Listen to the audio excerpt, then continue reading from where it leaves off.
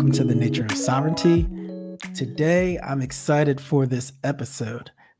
As BBB, we like to highlight the thoughts and opinions from a diverse array. And if we want the global monetary system to reach the most amount of people possible, we have to include the perspectives across the entire spectrum. And with that, this conversation, we're going to talk about how Bitcoin ideologically aligns with progressive ideas and how we can find common ground. And to help us with that, we have on Nicole Dobrow and Jon Logan. It's a pleasure to have you guys on. It's a pleasure to be here. Yeah, thanks for having me. Really a pleasure to be here. Thanks. Thank you.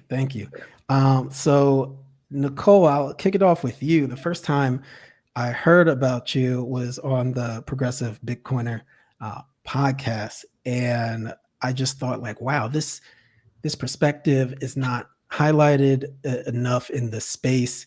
And you gave a lot of points of why ideologically it aligns with progressive ideals.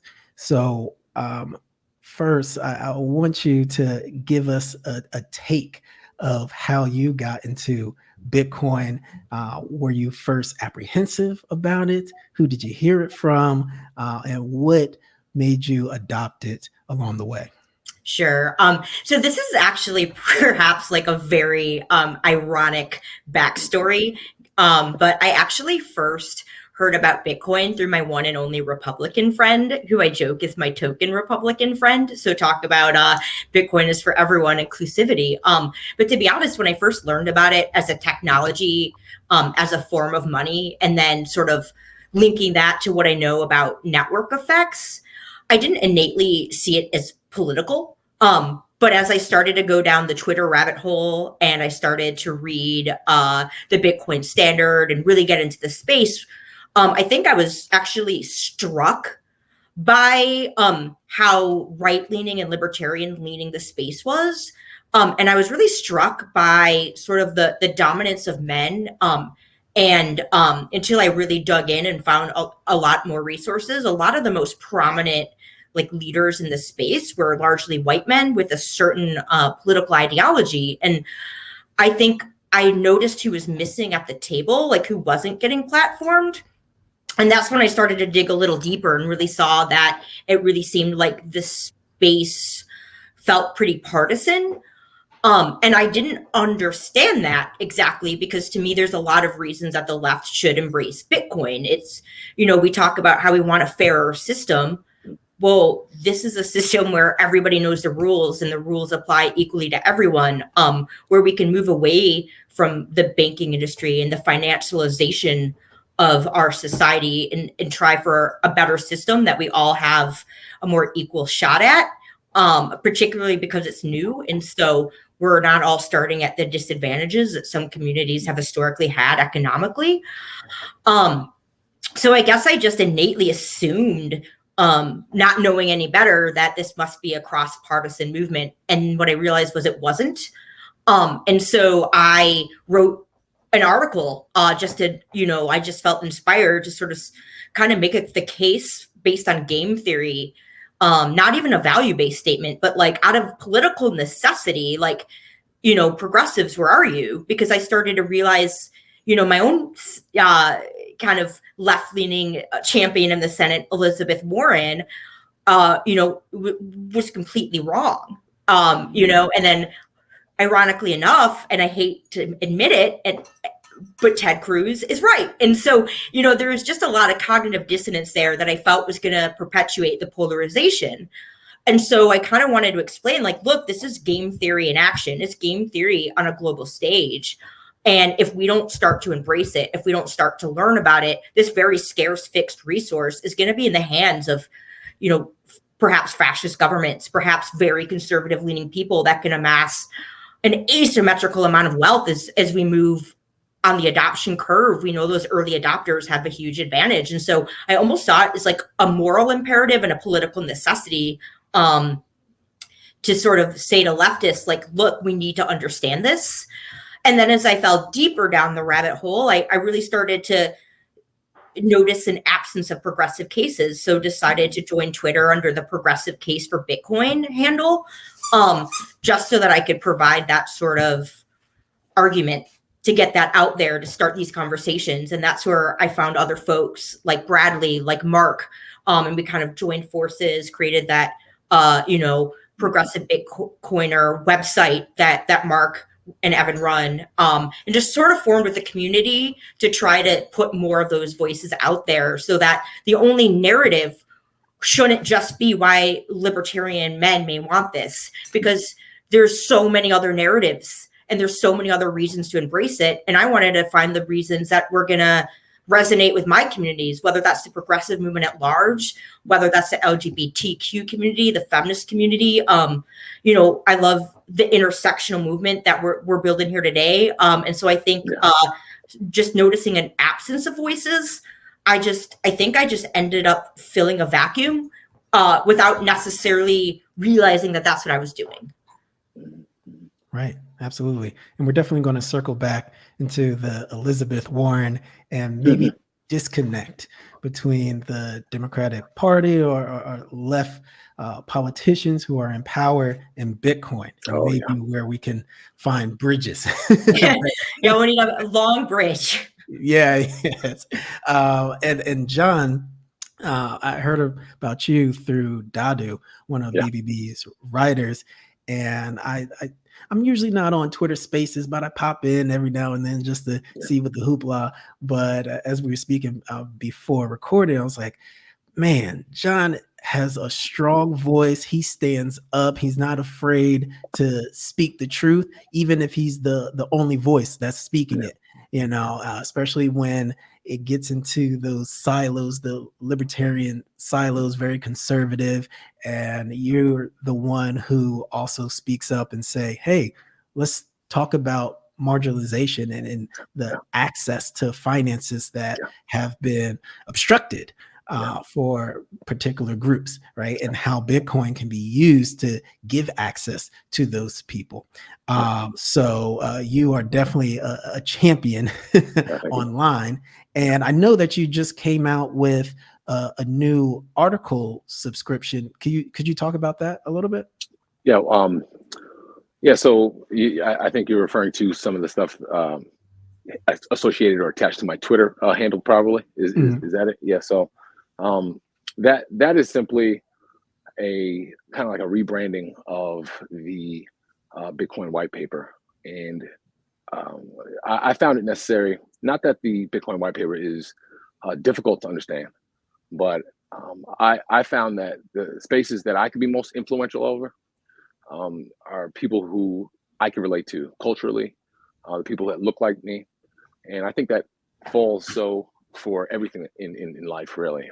Where you are placed, that's where you're supposed to be. That's where I'm supposed to be, and so those are the spaces that I'm going to influence. And so what I found is that I needed to kind of make things simplify, take all the most important parts of the Bitcoin white paper and put it and break it down to very digestible format. I'm no writer or author by any stretch of the imagination, but I like to make things very plain. And those that get to know me know that, labels and there's a lot of terms out there. And a lot of times you get into these spaces, a lot of times you get into these Twitter spaces, these discussions, and the language being used, I think for the most part, goes over a lot of people's heads. And so what I try to do is just make things very simple.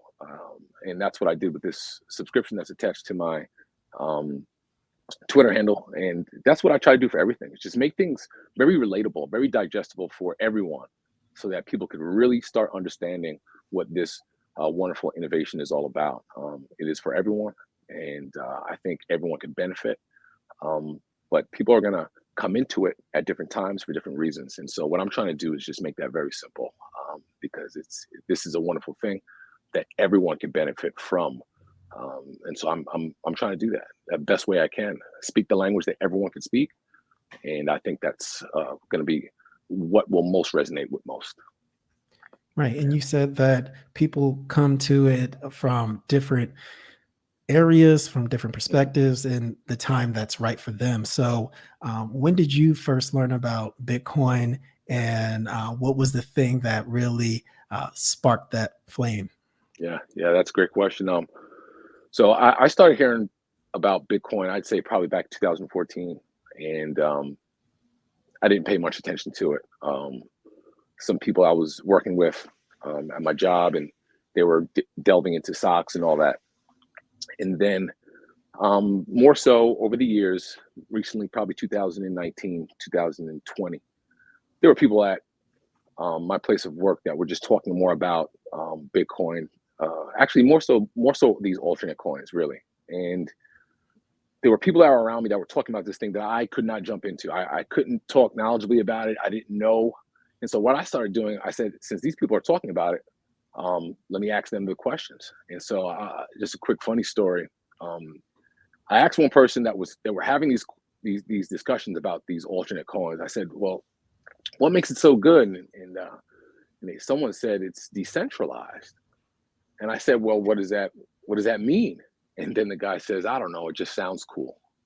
And so at that point, I said, this is the blind leading the blind here. So I had to really start doing my own research. And that, of course, that is a clarion call within the Bitcoin community, do your own research. And so I fell hard and fast down the Bitcoin rabbit hole and read books like The Bitcoin Standard, read books like Inventing Bitcoin by Jan Pritzker. I read those two books right off the rip, and I knew that this is something for me. I knew that was something for everyone who had been shafted by the legacy banking system, shafted by legacy payment rails, shafted people who are in the entrepreneurial space who are trying to create businesses and really take hold of and maximize and get the most return as far as through their business. I just knew, just from me being someone who understood real estate very well and understood trying to create generational wealth, I knew that this thing was for me also, because one thing that I hate, that I think most Bitcoiners can relate to, we hate people, third parties with their hands in our pockets, people taking off the top and then we getting the last. And so everyone can relate to that. And again, that is something that everyone can relate to. So I knew it was for me, and I haven't stopped since. And I'm trying my best to get people to understand that. People who look like me, people who don't look like me. I'm trying to get them to really understand that this is for you and this is why. So that's how I fell in, and I'm not falling out. I'm going to stay in. Absolutely. Absolutely. And I hate that everything is politicized at this point, because when I think about Bitcoin, to me, it's apolitical, right? It doesn't matter what side of this political spectrum you're a part of. Like, this is for the good, is a global monetary system, right? It's for all people, no matter where you're born, where you come from, your religion, your background, your identity. You can use it. You have access to it. And for Nicole, I want to kind of dive into maybe what may be some of the apprehension that some progressives have when they first encounter Bitcoin, and how do you walk them through better understanding? Sure. So and I hear you about wishing it weren't political. And I think for better or for worse, some of our identities can become politicized.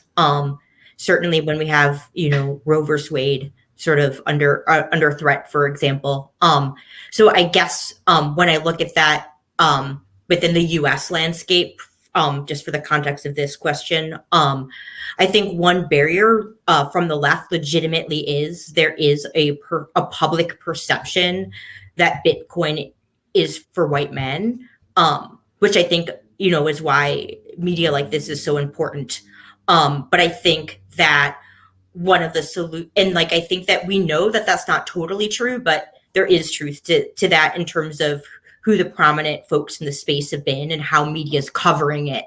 And media sort of perpetuates that narrative, even though it does include the erasure of certain cultural leaders that, BBB is certainly among them. But I think in a way that's maybe wasn't something I went into consciously. I think it ended up realizing that my own experience, my own voice, my own identity was the best tool that I had.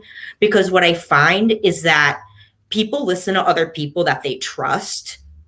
And that's why I think I can have a unique reach with progressives, with feminists, with queer folks, with other, anti-racist activists who believe in intersectional movements, because I think I'm authentic in that, and that is my real experience. I am a Bitcoiner, but I am also a queer feminist. I'm also a secular Jew. I have a lot of other identities, and they inform who I am and what issues I care about. And so I think that it's important to me that, I guess, like, representation is important, but also really walking the walk is important. And so I guess the way that I've resolved this was to try to use whatever platform I have, which is fairly small and still something that I'm learning to get comfortable with, to be honest. But I think sort of saying, how do you combat the narrative that this is only for white supremacists? Well, it's all of us saying,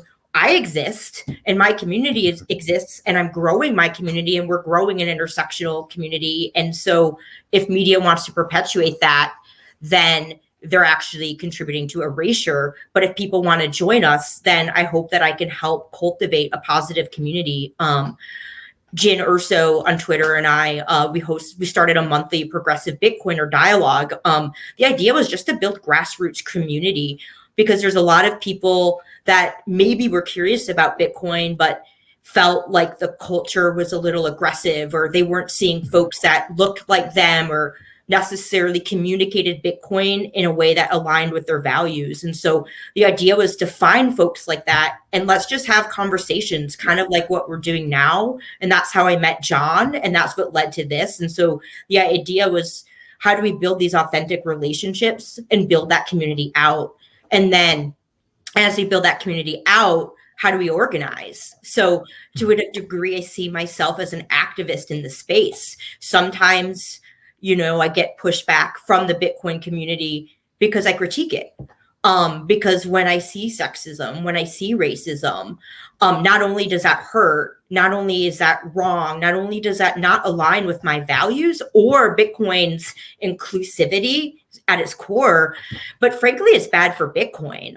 From a strategic perspective, we really want to grow adoption. And so when we embrace new voices and we platform them, they reach new and different audiences. And that brings more people into the Bitcoin network. And then, back to politics, which I know we all have different feelings about. We are in a situation where the US Congress is having hearings about Bitcoin. And I know that some of the left of center policymakers, some of whom I, critique, even though I still think they're like the lesser of two evils. They need to see people like me, the precarious middle-class social worker who just squeezed into the housing market, but has crushing student loan debt coming back in May, to hear stories from me, from you all, about how does Bitcoin benefit us? Because they have this paternalistic perspective of, well, we need to protect people from this malevolent thing.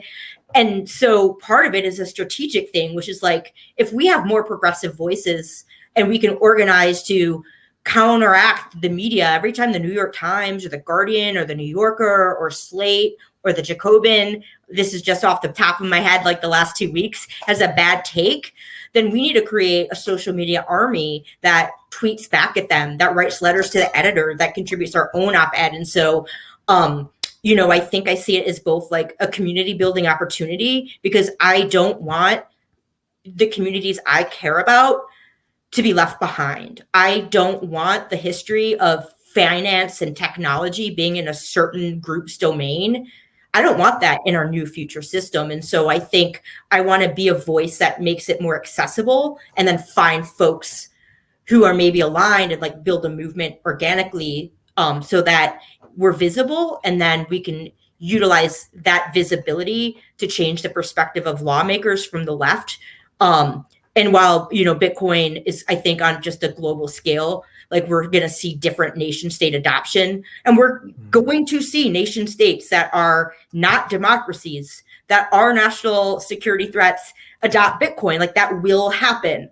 But my opinion to that is great. Then we need to stack even more sats, and we need to really build mining in the US, and make sure, that we use game theory to our advantage here. And so I guess I see it as like an ethical thing, a community building thing, and just a pragmatic strategy to elevate voices like my own and Jon's.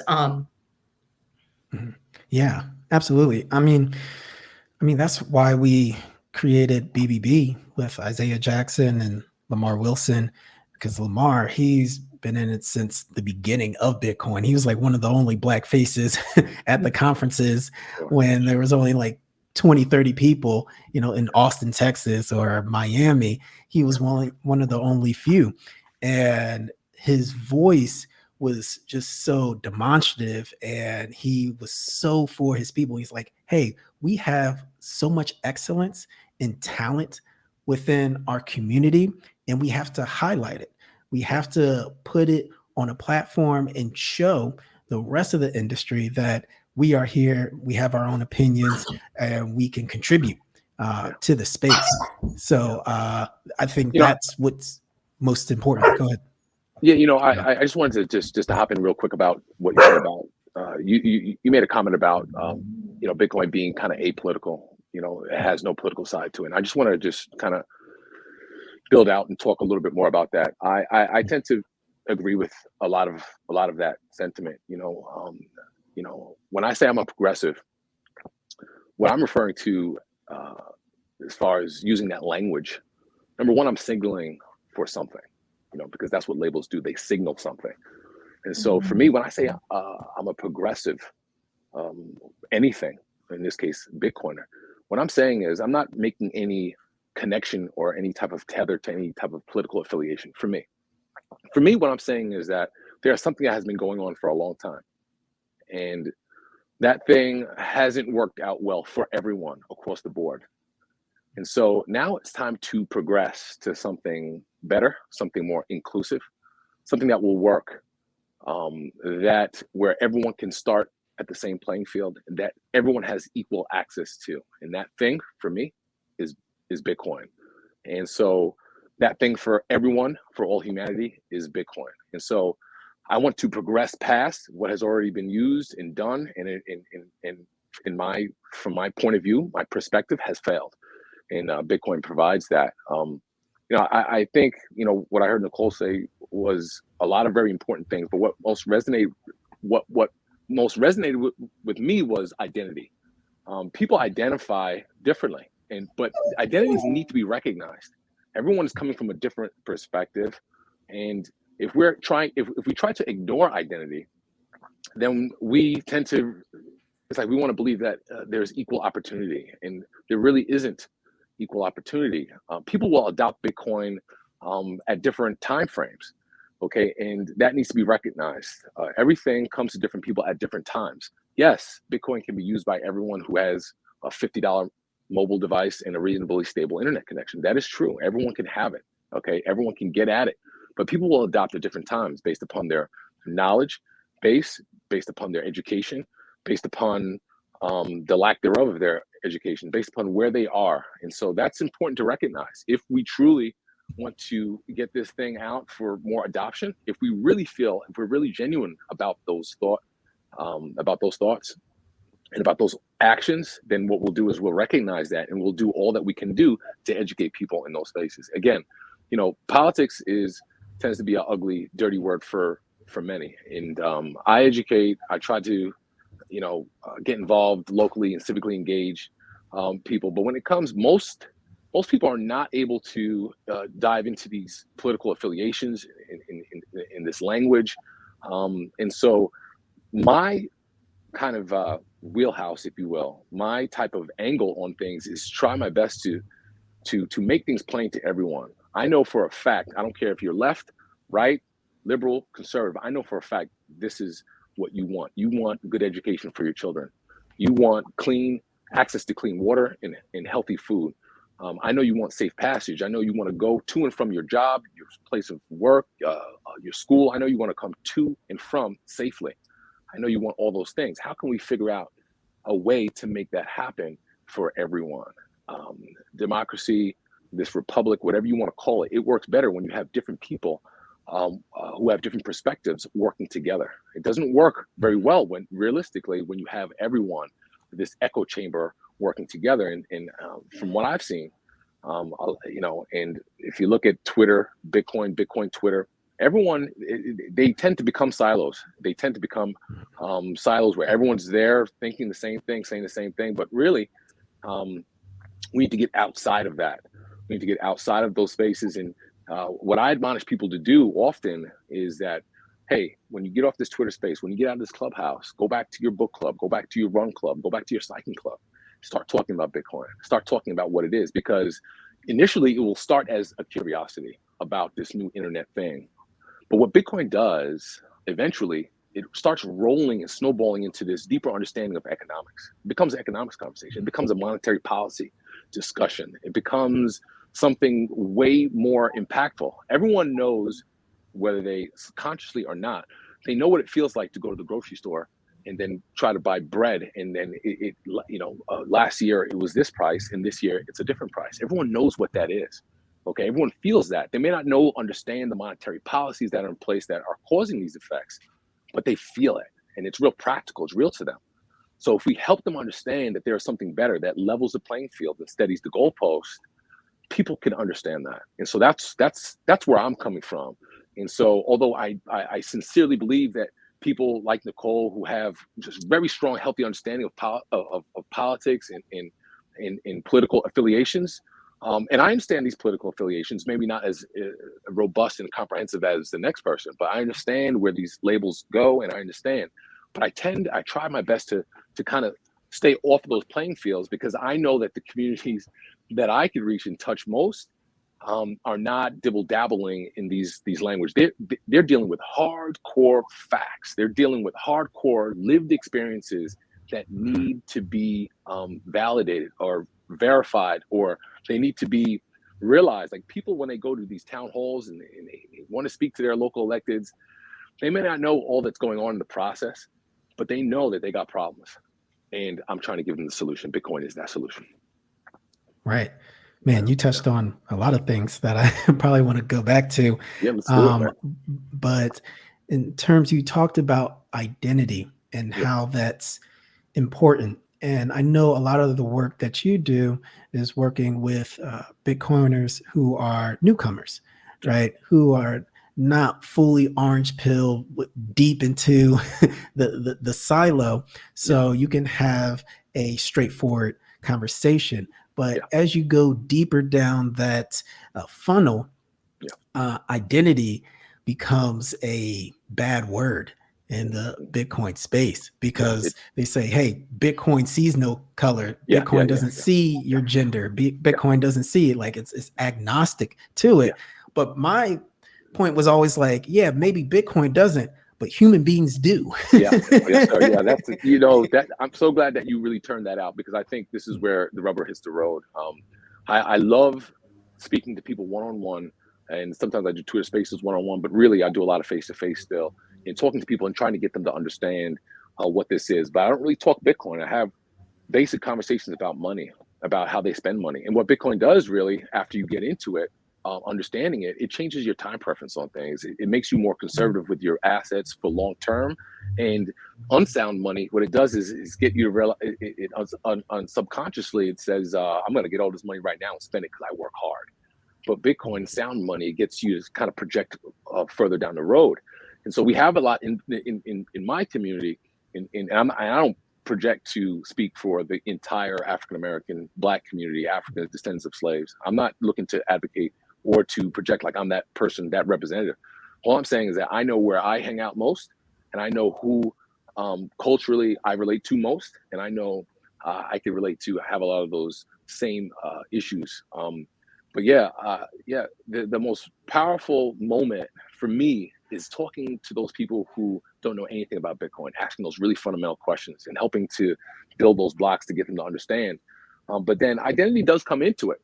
because people, they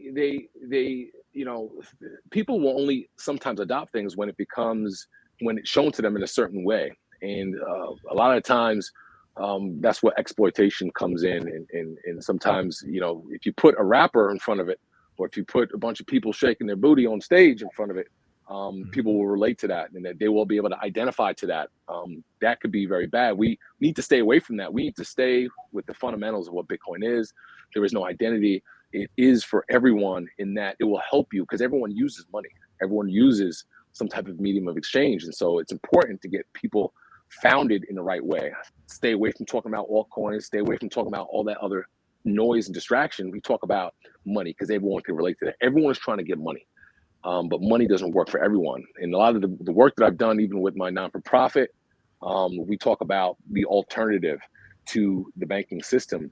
Black-owned banks are and were and continually be an alternative for the African-American community. And Dr. King talked about that on April 3rd in his last speech. He talked about the downtown banks. When he was in Tennessee, he said to the people there, he said, take your money out of the downtown bank and move it to Tri-State Bank. At the time, it was a Black-owned bank. And that was the alternative. The very next day, of course, Dr. King was assassinated. But then that was the alternative. And he understood the power of organizing the consumer dollar and helping it work best for you. Fast forward to Bitcoin and what it does to this new innovation. Bitcoin is it's another alternative. And so we have to, as those two worlds collide violently at the intersection, we have to now talk about Bitcoin and present it to people as an alternative, a better alternative. And so, I love talking one-on-one and helping people understand, and orange pilling people, if you will, quote unquote, because that is the most powerful moment, when they start seeing and adopting a new alternative that will serve them better. And there's no more powerful moment than getting anyone who looks like me or who doesn't, who's politically affiliated or who is not. When they start realizing that there's a better alternative, that's that really wow moment that I love. So, yeah. Yeah, absolutely.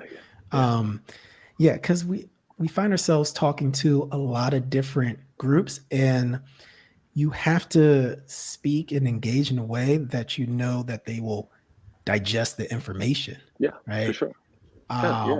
Whether I speak a certain way when I'm a Bitcoiner talking to another Bitcoiner. I speak a different way when I'm talking to my family about Bitcoin, who has no idea. Like, my dad literally is like, wait, I can't see it. It's not in my hands. It's not something I can physically get out the ATM and to get out individual Bitcoins, like actual coins. Like, people struggle with that. People struggle with that. Like, so you have to, it's not just the message, it's also the messenger. And Nicole,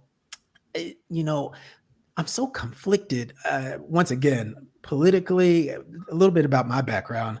I kind of seen all viewpoints, because my family is like from the hood in like New Jersey, like from Camden, New Jersey. But we left, and I grew up not even in the suburbs, but like rural part of New Jersey, where it's just like they were up north, but they was trying to be like Confederate, like have the pickup trucks and stuff like that. I remember in 8th grade, I threw in dip and stuff like all that type of. So I know like the wild ends, and because I've seen both perspectives and both extremes, I'm like, you're all the same. Like, it really comes down, because I've seen it, from all angles.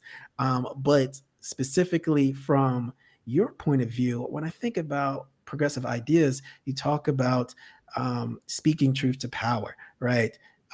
Knowing the ills of elite power and how they can consolidate that and use it as an oppressive weapon.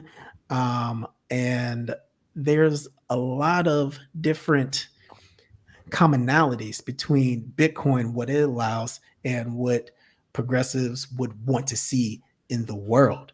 So could you help me with, well, we kind of talk about where the bridge can be made, but when you talk to your groups, how do you frame that understanding of Bitcoin to that it actually resonates? It really depends on the audience. I have a friend who is a social worker who has a boyfriend who's been trying to get her to buy Bitcoin and to really understand Bitcoin as a leftist tool, particularly because she's someone who does activist work. And I think there's a real unique case for activists to sort of appreciate Bitcoin, especially when sometimes like international humanitarian activist work, you can get your transactions blocked. But, you know, she really wasn't able to hear that message because it sort of comported with the stereotype in her head that, well, this is a man thing. And then we happened to hang out and I was like, oh, by the way, I'm really into Bitcoin and I'm writing about Bitcoin and I'm doing these spaces. And we had this conversation and all of a sudden it was like, okay, how do I buy it? Okay, I'm doing it right now. And what she said was, I just needed to hear it from someone like me. And so I think like what Jon was saying about having those one-on-one conversations, I think that's a really important element because I think that there's a lot of mistrust about Bitcoin in the media and in leftist circles. And I can tell you that I don't know a single other Bitcoiner who shares my gender identity as non-binary. And so I know, just to go back to what you were saying about identity, for me, identity was crucial because I literally had to make a space for myself that didn't exist. But my hope is by doing that, I'm making a space for others. And since then, there have been others that are like, oh, I'm trans or I'm queer or I'm pansexual. And while, you know, in the perfect world, identity doesn't matter, until we all have equal human rights, full human rights, and we're in spaces where we don't feel oppressed, where we're not constantly reading misogynistic comments. You know, I get targeted a lot, but they're there everywhere. Just in the general space, you know, I think that's where we need to mature, honestly, because yes. it's just a certain level. I understand when Bitcoin was, you know, a year in, 2 years in, not Right. understanding misogyny. I'm not saying this, but understand the amount of aggression there was. Is like, hey, this is a new system. This is to help all people. This is a freedom money. Like, listen to us, listen to us. So it was almost like the underdog story of just like fighting to be heard, right?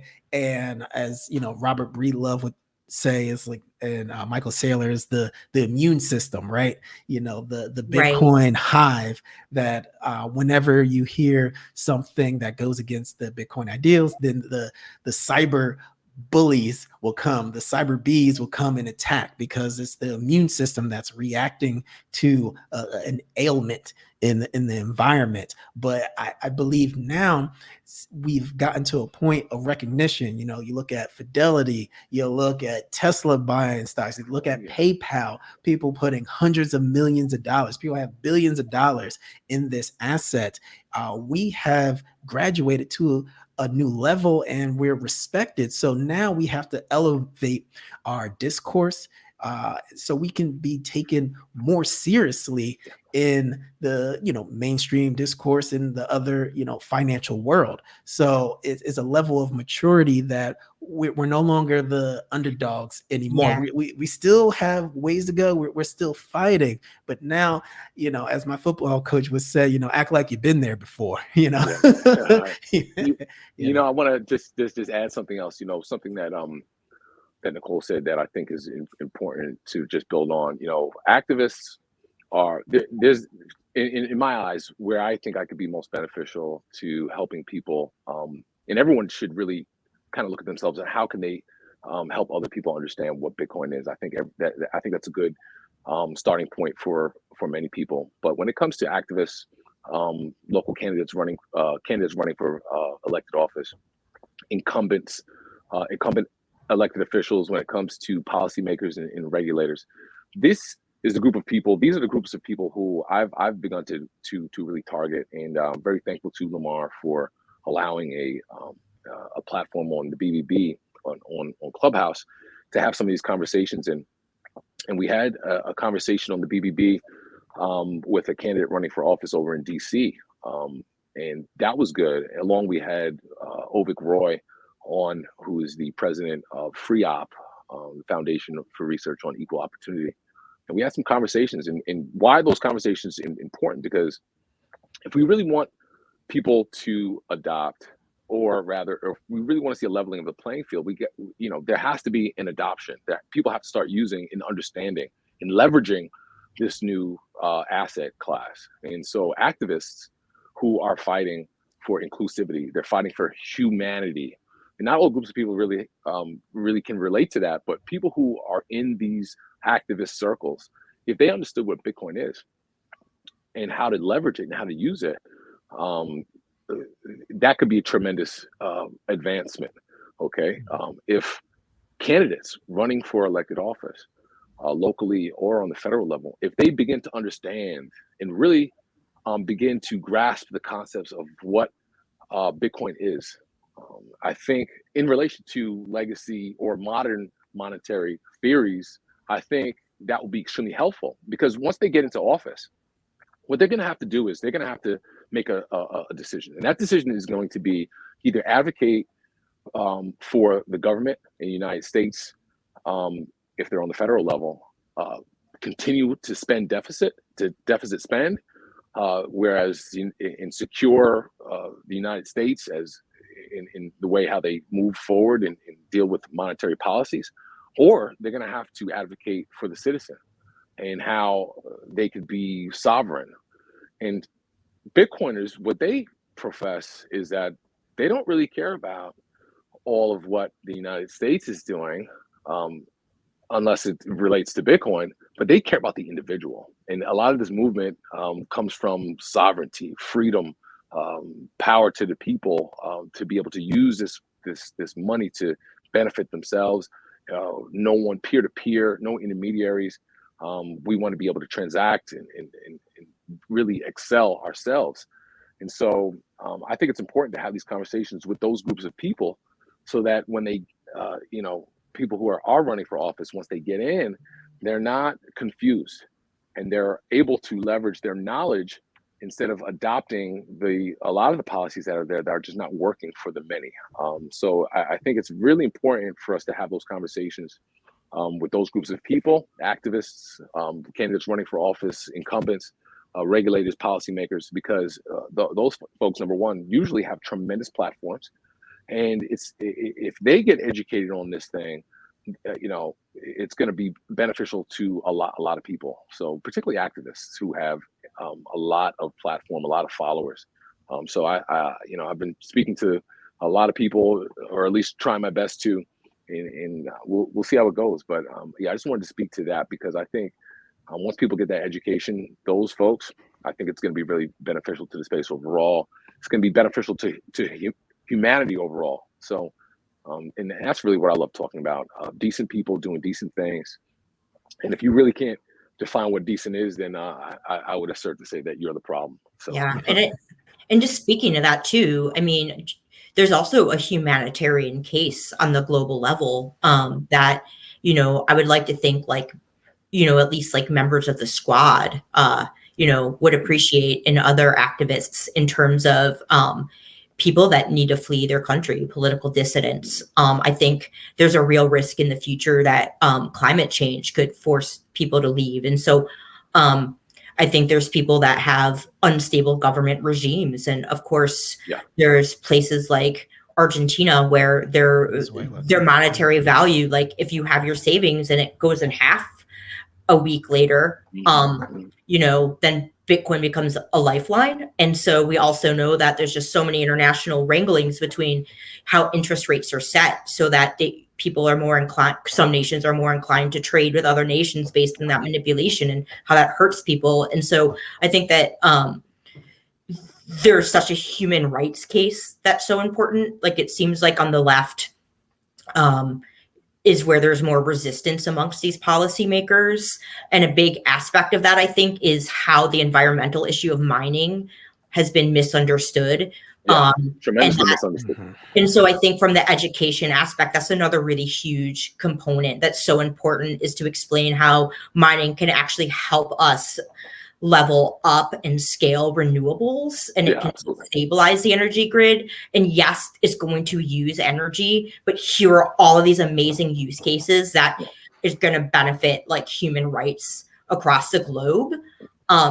Because I do think it's a little challenging to really, policymakers are attached to government. I mean, that's their career. And many of them, right. They serve their career more than their people, and re-election tends to sort of determine what policies they champion or don't champion. Yeah, Nicole, you articulated that so beautifully, and why it's so important that Bitcoin become more of a bigger thing. If there could be more platforms where people are looking at it from those particular perspectives that you just said. What is we're here trying to make a progressive case for Bitcoin, but really we're making the case for humanity overall. Bitcoin aligns with all political spectrums across the board. So, we're here making the progressive case.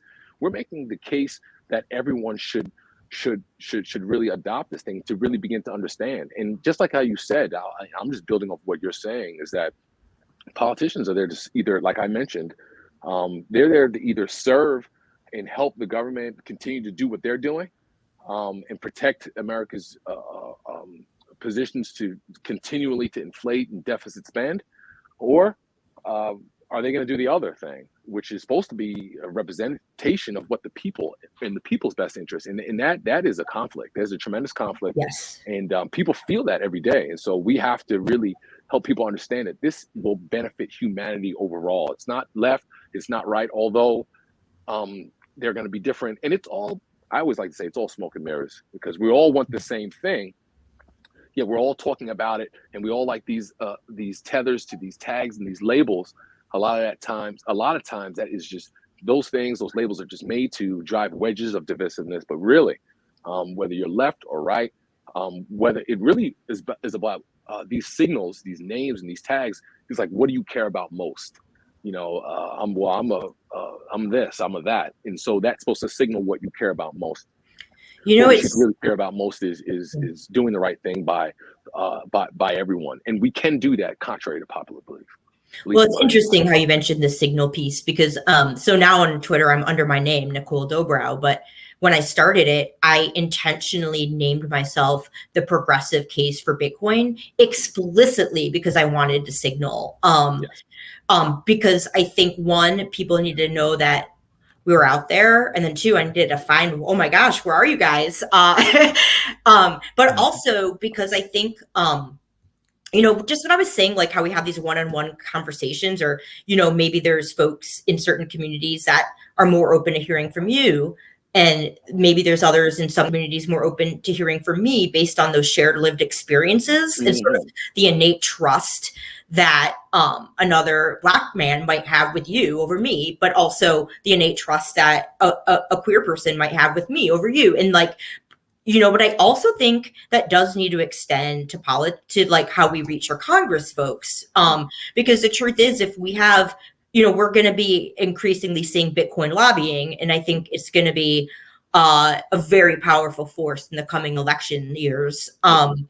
But if we just were to have a more conservative leaning, anti-government libertarian try to talk to a liberal democrats person, there's going to be a misalignment in messaging and values. But if we have somebody who actually is a voter and a constituent and a beneficiary of Bitcoin who shares those values, like I use Elizabeth Warren, I'm kind of giving up on that. Well, not until my student loan debt is forgiven. Because she won't listen to me. You might have a better chance. If she can champion that forgiveness, then we're okay, me and Liz. But but like, as somebody who voted for her, didn't go anywhere, but I tried, as somebody who is aligned with a lot of her other policies, and as somebody who does have student loan debt, who works in the public health field, like, all these things that she champions, like I embody that in so many ways. And so if I had that conversation, or, whatever person with whatever credential that's needed for her aides to listen, has that conversation, there's going to be more trust and more buy-in. And so I do think that signaling is a strategy. Am I 100% progressive?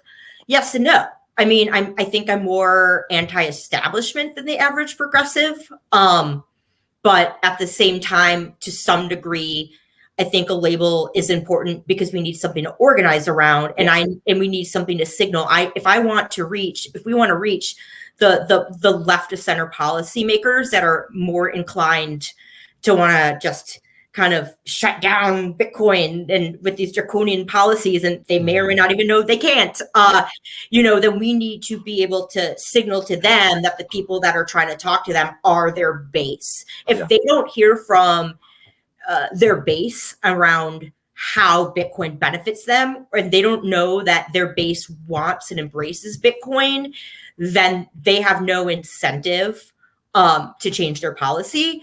And so that's why I think that even if progressive isn't the perfect term, and even though I know that it's an inherently divisive term, I also think that as a strategy, we do need to signal a little bit. Absolutely. Because it's a blessing and a curse, because it also can be inherently divisive, but it's also like we have to meet people where they are, and realistically, that's where we are as a nation. I don't like it, but that's where we're at. Yeah. So I just wanted to chime in because I totally agree. I'm not sure if you guys saw the political compass. Have you heard of the political compass? What that is? Is like this quadrant. It's broken up in fours. So the top left is authoritarian left, and then there's authoritarian right, and then there is libertarian left and libertarian right. Because when you look at just the purely left-right spectrum, it gets confusing, right? So they broke it up in fours, where you can be left, but then also authoritarian, where you're constricting, freedoms in a way. You're constricting freedoms. You are the mommy state, and obviously we already know what authoritarian right is. We've seen it in World War II, Germany, like that. That's the authoritarian end on the right side. But I think for Bitcoiners, there is libertarian left, where it's just like, hey, live, I don't care who you are, your gender, like what you are, just go. As long as you don't bother me, hey, live and let live. There and on the right is that way, but it's less community built. What I'm saying? It's the same thing. Hey, do whatever you want, but leave me alone, and I don't care if you die and burn. So there's literally no safety net in that sort of sense. But it's like, hey, I want you, I have no gripes against you. So I think Bitcoiners on that quadrant fall on the liberal end, where you can be, liberal left or libertarian right. So it's just like, we don't want to constrict people's freedoms. We don't want power to consolidate, let's say. And I think it's a better way of thinking about it. And I just fall into who are the critical thinkers in the world? That's right. That's what I get along. That's who I get along with. Exactly. Who's the critical thinkers, and are you an asshole or not? So I need you to be a critical thinker and not be an asshole. And just on the human level, you just know what that is when you go to the barbecue and it's just everybody's having a good time. It's like, but that guy's an asshole. You know it. You don't know his politics. You just know him as a human being. So that's who I gear more to. And I just want to say this. I know John, you was going to jump in. But when you're talking about the environment and then also the elections cycle, right? I think it's so important, and those who are running for office, not to allow one political end or the other to hijack Bitcoin, right? Hijack it. And that's where I see, that's why I'm having the conversation like this, because I don't want that hijacking to happen, that it can be just, Bitcoin is the currency of Ted Cruz, or whatever. That's exactly, one of the arguments that I try to make, because, I am inherently a divisive figure on Twitter, just because I am against the grain as being queer and feminist and progressive. But one of the things that I try to explain is, look, even if you don't agree with my politics, And even if you're actually like offended and don't believe like my identity has a right to exist, it is still in every Bitcoin user's best interest for me to get my voice out and to bring others on board. Because what we don't want is for this to be partisan. And right now it's very much more embraced by Cynthia Lummis, by Ted Cruz, by Greg Abbott, by the right. And the risk is that there are going to be people that are going to just reject it categorically, because we do live in a polarized society. And so, I joke about the cognitive dissonance of Ted Cruz actually being so right about Bitcoin, and then Elizabeth Warren being so wrong. And I don't know to what extent Elizabeth Warren is just misinformed, and to what extent it's a political posturing, which is, well, my brand is the opposite of Ted Cruz's brand. Yeah, absolutely. And therefore, I'm going to pretend that I think it's bad for the environment, but really this is for my branding. And so if that's the case, then Bitcoin becomes another wedge issue that polarizes. And so that slows adoption, and it could lead to really short-sighted regulation. And so from a strategic standpoint, even the folks that don't agree with me politically, even the people that want to vote away my rights, like they actually benefit if I'm successful in the work that I'm doing, because we want adoption and we want a favorable and intelligent regulatory environment. China gave the US an incredible gift by gravitating mining to us. And this is a geopolitical win. And we need to make sure that all of Congress understands that, whether they're from the right or from the left. And what I see is that there is a tilt where it's much more embraced on the right and the left. And therefore, it is more important right now strategically for the Bitcoin community to pivot to the left, to like elevate the left, to sort of offset that balance, because the risk is like, we see what happens with abortion. 50 years later, it is a cultural divide, and it's a tug of war, and one step forward, one step back. We don't want that with Bitcoin. And so if that's the case, then I think we need to allow different segments of the Bitcoin community to do its thing. We know that we have some great libertarian thinkers in the Bitcoin space, and I don't agree with their politics. They don't agree with mine, but I've learned a lot from them, and they add value. Yeah. But I add value, and you add value, and you add value. And I think that's right. Back to that idea of we need to mature from the space. Reflexive defensiveness doesn't work. There's times when the immune system attacks itself. Right. And great analogy. And so at what point is Bitcoin's immune system attacking itself? Yeah. That comes from toxic people. Nicole, I don't want to cut you off. Go ahead. I'll let you finish. But go for it. Go for it. So a lot of what you said, I'm just right there. For me, it all comes down to freedom. And what it comes down to is, like, I could be a Democrat because that's where I live, right? And I could be a little bit liberal on some issues, but I also could love guns, okay? And this is all true of who I am. I love guns, and I don't believe anyone should take away my right to own a gun and to be able to use it. And I don't want to see any rights being taken away from people to be able to go that route. So, these sectors of identities politically are exactly detrimental, I believe. All these different sectoring is detrimental to the advancement of Bitcoin, because we do have this political branding. We have these politicians and electeds who want to say, oh, I'm for this, even they know they probably own Bitcoin, okay? Even they know this is probably something good for the people. It may not be good for the economics of the country, and there could be some fallout, around that. But sometimes things got to get worse before they get better. And so, this game that they play to be politically branded on what they stand for is very dangerous to the people. And we have gotten very far away, in my view, away from being all about the people. So if we continually focus on freedom, and everyone wants freedom, and if we just let freedom reign, not to sound, like Dr. King, but if we just let freedom just reign for everyone, I think we'll be in a better place going forward. And so everyone wants the same thing. And so give people what they want. Now, fiat and US dollars, it may have its place, but we need to let freedom among the people to be able to be entrepreneurs, to be able to transact and send, and let people own property. Owning property is a God-given right, okay? It is something that no one should be able to restrict or censor. And so, digital property in that sense is something that everyone should be able to have and own, and everyone can have it. And Bitcoin will be that thing.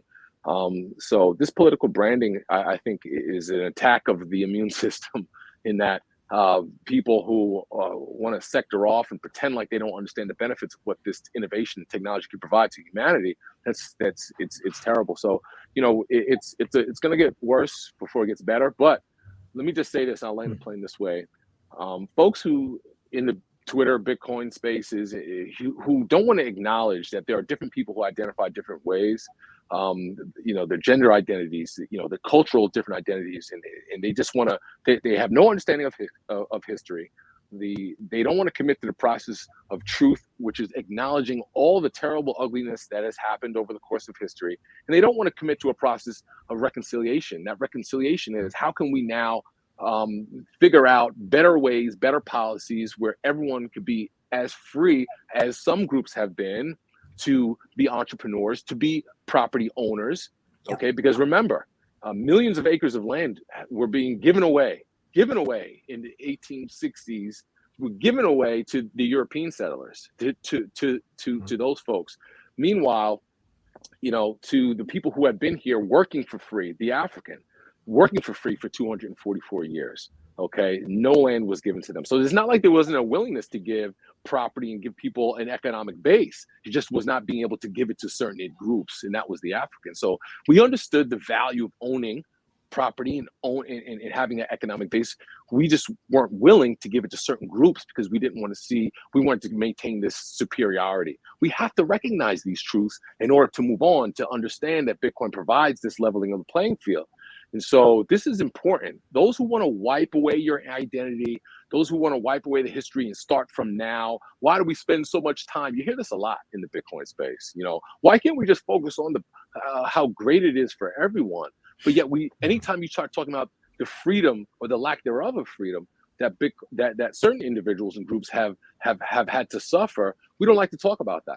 We want to rush on and provide, well, let's move on. Why can't we just say about how great Bitcoin is? No. We have to realize that not everyone has started from the same starting point. And once we start realizing that, we will then begin to say, you know what? You're right. Okay, now everyone's going to adopt the same way. We have to recognize people's differences in their identity and where they're coming from. And then a beautiful thing will start happening where we'll start respecting each other's humanity because we are all the same. And I think that's where we need to get. But we need a good, healthy understanding of people who understand politics, like yourself, Nicole, people who understand the differences so that we can leverage those different ideas so we can activate in those spaces. We need that too. But then we also need to be able to flip around and say, hey, this is a freedom thing for all. And I don't care who you are, how you identify. I don't care what political spectrum that you're on. This is progressive in the sense that we're pragmatic and sensible and practical, and that we want to progress past what hasn't worked. And we have to recognize why it hasn't worked, and then we can get on. And I think that moment is going to be the wow moment for our country, for the nation, and for the globe. I'm very excited to see that happen. And I'm very excited that we're doing it in a very big way, in a noble way. It's based on integrity. And I'm just loving where we're going with that. So we got to elevate these platforms and have these type of discussions with people who look different, but who are real pragmatic and understand that people are different.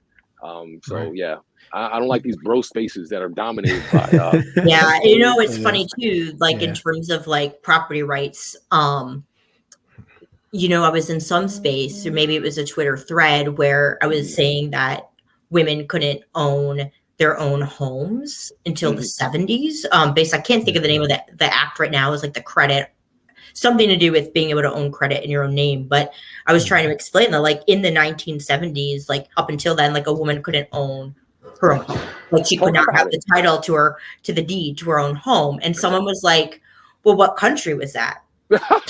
And I was that's the United States. USA. I don't know what foreign land you think of. I'm talking about right here, and that's really recent history. So 70s. And that reminds me too of you got to provide that timeline, Nicole. You really do. And let me help before you go into that next thought. I know the host here wants to move things on, but oh yeah, let me provide this timeline.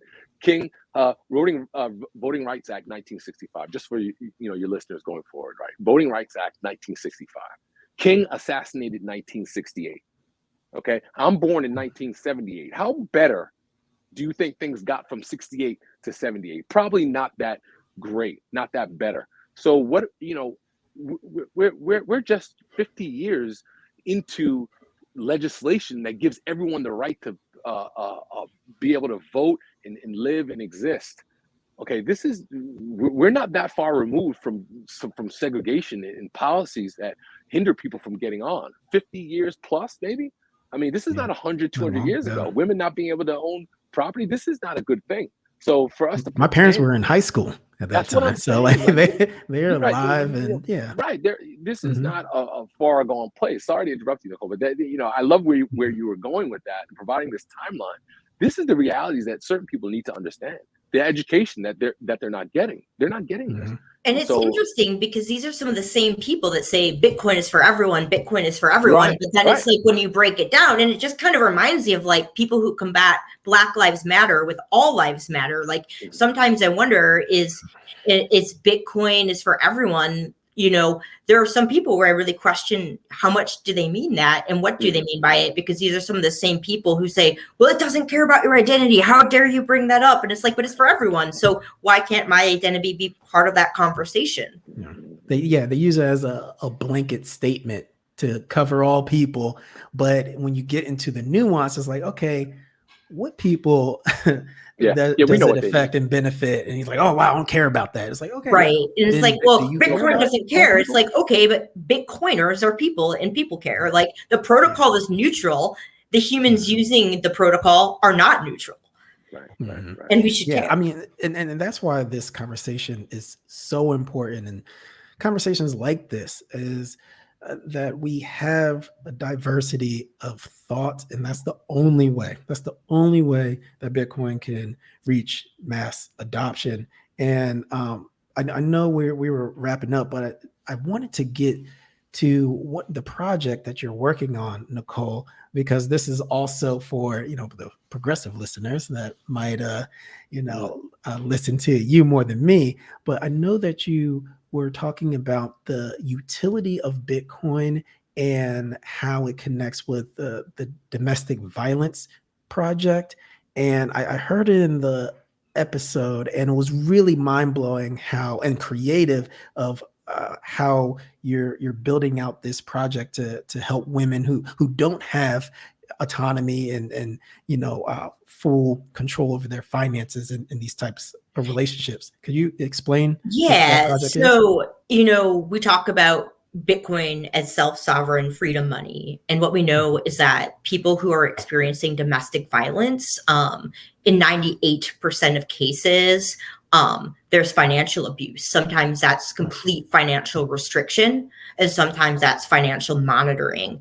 And so the number one reason people can't leave, they cite, lack of resources, lack of anywhere to go. I can't afford to leave. Financially dependent. And so I have a proof of concept. I will say that unfortunately, the board of directors of the organization that initially was going to pilot it backed out. So I'm kind of having to redetermine if that's something I want to move forward on with another organization. At our demo day.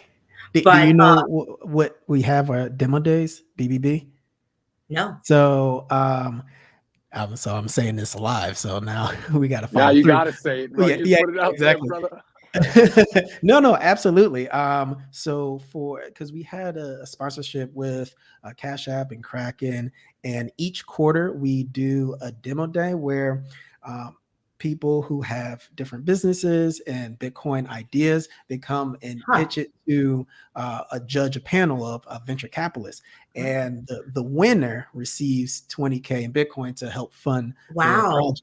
And the fact that I'm saying it right now is that so I'll tell you a little bit more. The idea was if was to crowdsource, and this can still be done, and whether I do it or someone hears this and does it, and then other organizations just open source idea, like I don't own it, like take it. But the idea would be to be able to provide Bitcoin to survivors. And that could be through partnering with a nonprofit or just creating a peer-to-peer run organization. And so the idea would be that people that are financially restricted that couldn't otherwise leave can start stacking sats and start increasing their financial freedom through a form of money that can't be confiscated. And because there's no bank account and there's no, name attached to that bank account, it would provide some financial autonomy.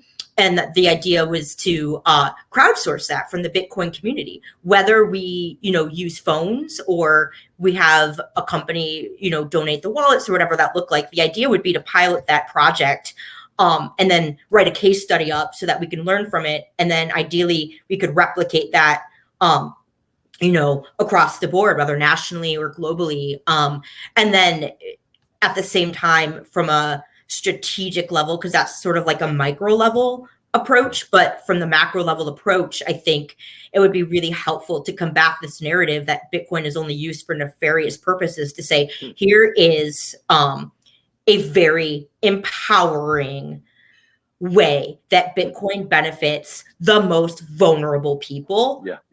And to be able to demonstrate that so that we're empowering the individual, we're empowering a new use of Bitcoin. And ideally we can start reconsidering, strategies for how organizations that help survivors, how do we do that? And so that was something that I had initially thought that we had buy-in from an organization to pilot. I would say that the learning lesson was there is a real reluctance to self-custody the Bitcoin themselves. And ultimately, they did not want to distribute the Bitcoin. Like, they wanted nothing to do with it.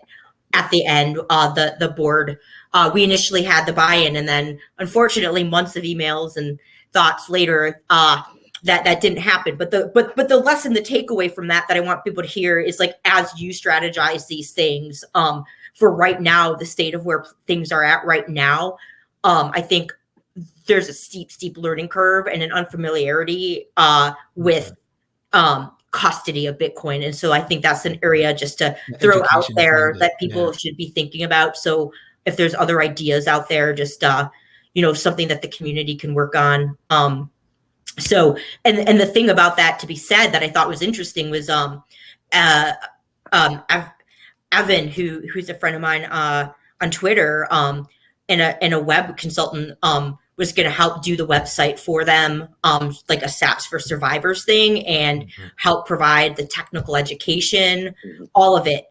We were going to provide that pro bono. And at the end of the day, it was, we don't want to actually have to self-custody the Bitcoin, did become the barrier. So I do think that it's going to take a little while before that becomes normalized. But I think in terms of the nonprofit space, rather than being beholden to grants that expire in a couple of years when your product isn't sexy, or, I think nonprofits putting Bitcoin on their balance sheet and actually self-custodying is a really smart long-term strategy. And there's a lot of different use cases for that. But for me, I think the idea of helping domestic violence survivors was just such a huge piece that links sort of my passion for feminism and gender equity and my love of Bitcoin, and kind of merge those things. So it's something that, as I said, whether I find another organization to continue with, or maybe somebody hears this and is like, that's a great idea, we're keeping this alive. We're keeping this idea alive. I love, I just think, done.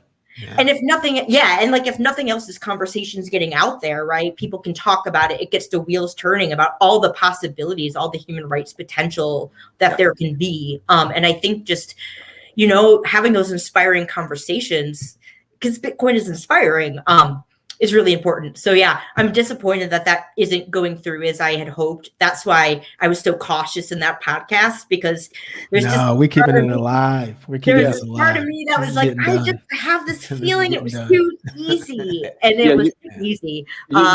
So we might go back to the drawing board on it. Go ahead, John. Sorry. Yeah, let me chime in real quick. First of all, I love that initiative, Nicole. I love any initiative that cares about people, or the most vulnerable, most affected groups. we're making a case for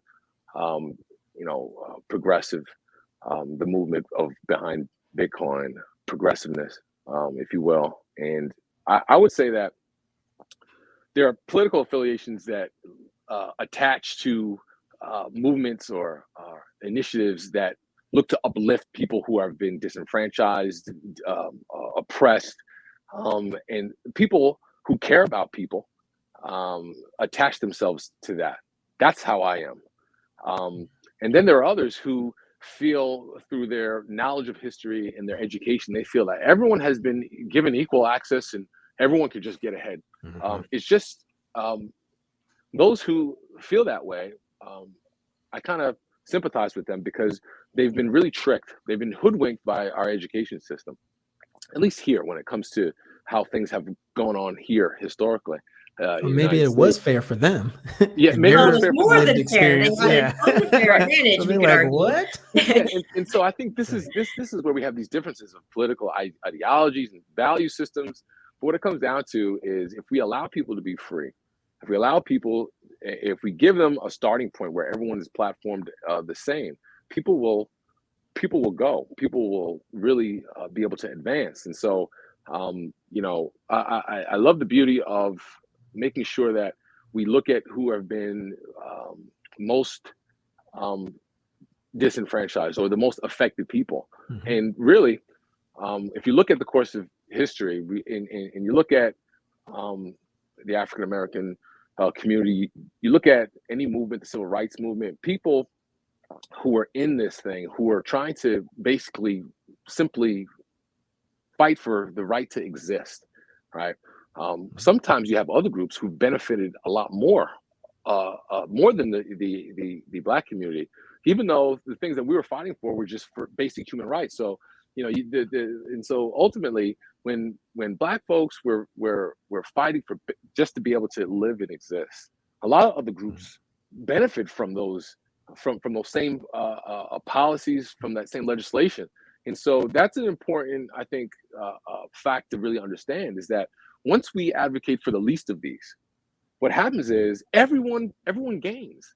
And so I don't know why or when it became so terrible a thing to look at the people who are really struggling, and to find out why they're struggling, and to try to help them get to a point. I'm not saying, and people right away, this is very triggering for a lot of people in this political, they right away they start thinking socialism, or the way how I understand that term is like everyone's equally given the same.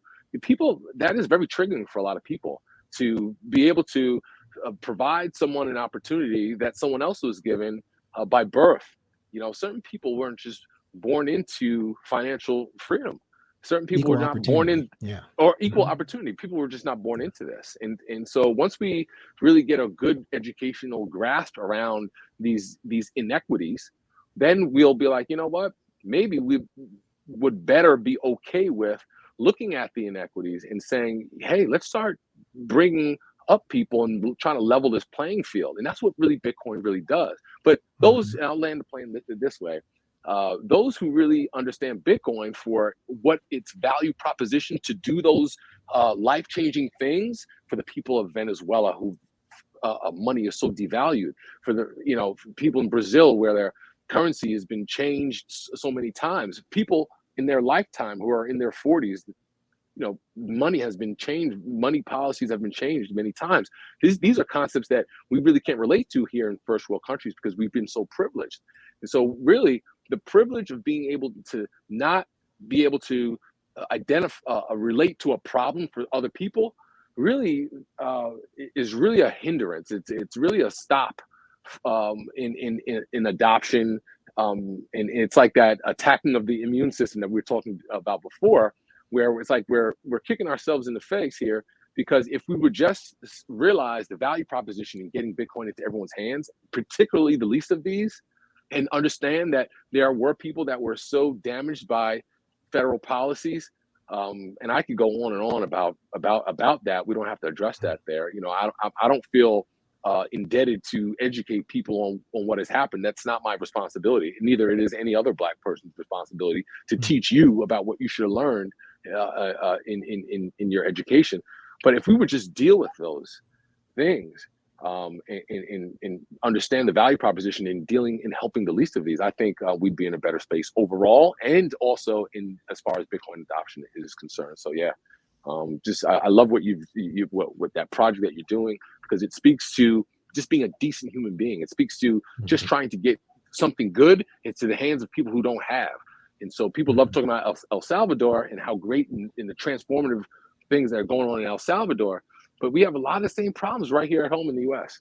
So what is the value proposition there, and how can we get it in those people's hands, and how can we really deal and help the least of these? And it's not a bad thing to be concerned with that. So yeah. Guys, we've done an hour and a half rip. Yeah. All good. Doing the very thing. powerful rip. Yes, it's amazing. And I guess just to put it together from this whole conversation, where we all align with is equal opportunity and equal access. Yes. Right. Yeah. That's so important. There's never a time in history where all people, no matter your social standing, where you had equal opportunity or equal access to self-actualize, to fulfill your fullest potential, right? And that's just on a human basis. And then obviously, certain groups were left out of financially, being fulfilled, right? Not having the opportunities economically, whether it's for jobs or career advancement, the glass ceilings over and over again, redlining, so you can't build, equity in your house, or even have good education or healthy food or nutrition. You're living in a food desert, right? These are all barriers that does not determine, who you are as a person. It's just like the luck that you had, of just being born in the wrong district, in the wrong zip code. That's right. So with Bitcoin, it is finally taking the power out of human beings who tend to have inclinations of greed and consolidate that power, and nepotism, and that's right. It takes all that away. Constrict the control and keep those who are on the outside, on the outside group. No, as long as you have a cell phone, a internet connection, you can buy Bitcoin. And when you're saying in the situation with domestic violence, is like a lot of women who do not have access to finances, so they can leave, right? So they use that as a tool to keep them in the house. It's like, oh, where can you go? You don't have cars in my name. You don't have any money. You can't get a plane ticket. But if you're able to, buy Bitcoin, and it's something that's outside of the joint account, that your spouse oversees, then you can build that wealth. And when it's right time for you to leave, you can do that. You could do right. It. So it brings it back to that freedom and the humanitarian aspect. And that's why I love what you guys do, man. It's so cool. that is the most empowering. What you just summed up was the most empowering thing for me for Bitcoin. It's like that woman who's going through domestic violence, who cannot leave, and she has no other options. She on her cell phone that maybe her spouse has given her. If she has a Bitcoin wallet on there, she can self-custody, value, and escape. If that does not resonate with another human being, I would assert to say that there's something wrong with that individual. To really understand that someone who is affected by something, violence, and now they have an option, a way out.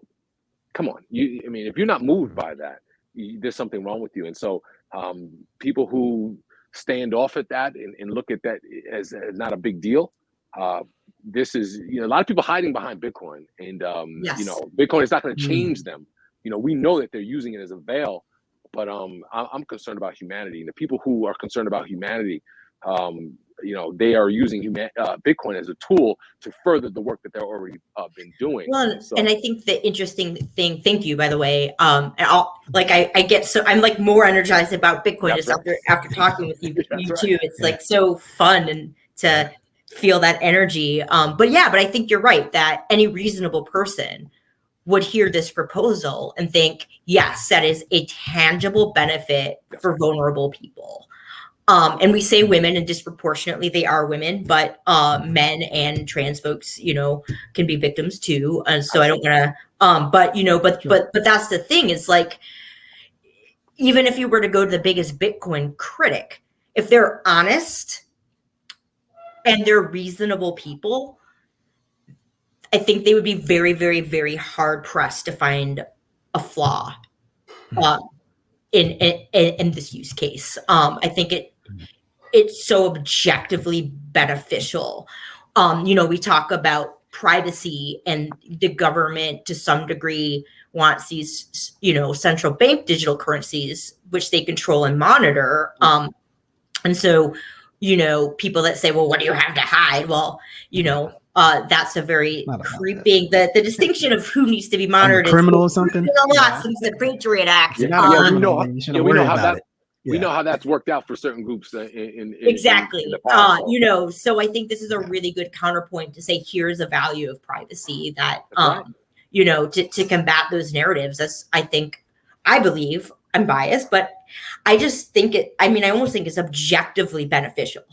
I don't see a drawback. And so I think that even just having that out there as an idea, as a use case, I hope is useful to the conversation as we try to quote unquote orange pill our friends in our communities, nonprofits, our policymakers. I think there's a lot of benefit to private, decentralized monetary system that we can use to combat some of the narratives around, well, this is being used for nefarious purposes. Well, this is actually also maybe saving somebody's life. Exactly. At home and abroad.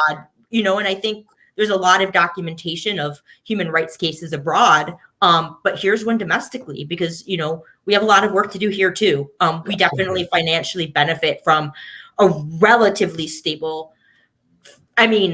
we have a 7% inflation, which is our highest in 40 years, but that's low in some areas, right? So, I think 20%, 30% inflation. Right. So, I think sure, I was shocked at the gas tank the other day, but we do have a privilege that maybe blinds us to why that limited money supply is so important.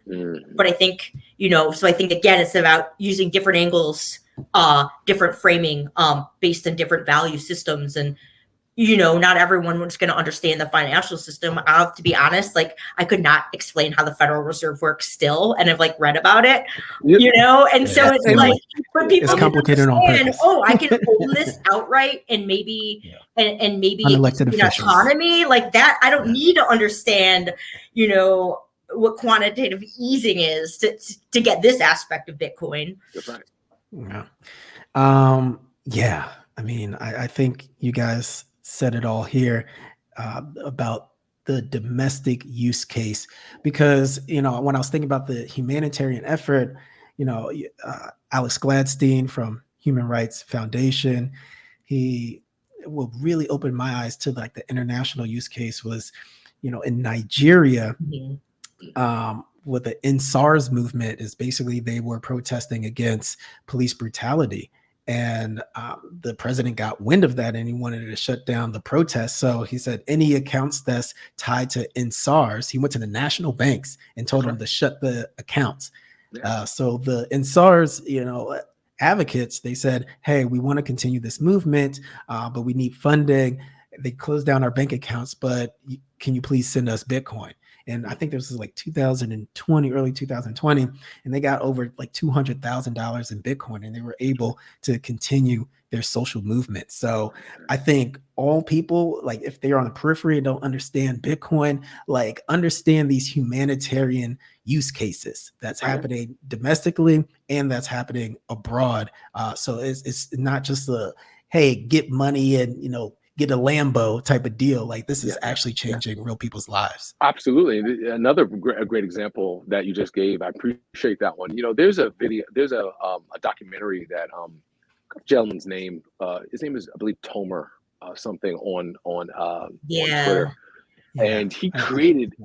He works with Swan, and I'm not afraid to talk about other people's platforms. But he made a wonderful documentary. It's kind of like what do you call?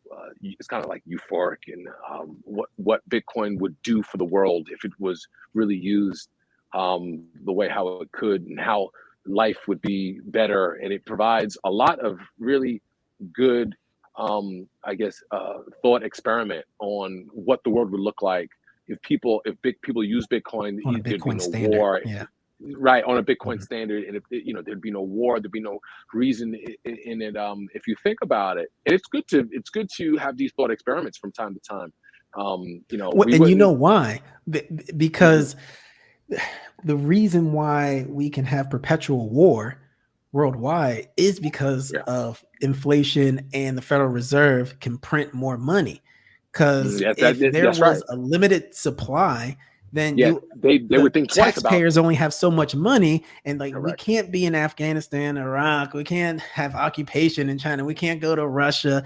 But if it was just solely on the taxpayer money, so once we run out of money, the Federal Reserve is like, okay, well, we can print another $2 trillion. Okay, now let's have a couple more tanks in Ukraine, right? It's like having monopoly money. And then for the progressives who say, well, if we have a fixed money supply, how could we have safety net? I think that could coexist under that scenario, right? Because if we had less war, and we deprioritized military spending, then we could actually improve early access to education and childcare and daycare, and really invest in families and in young people in a way that would hopefully eradicate more poverty and decrease likelihood of further conflicts, and do so without needing to necessarily expand.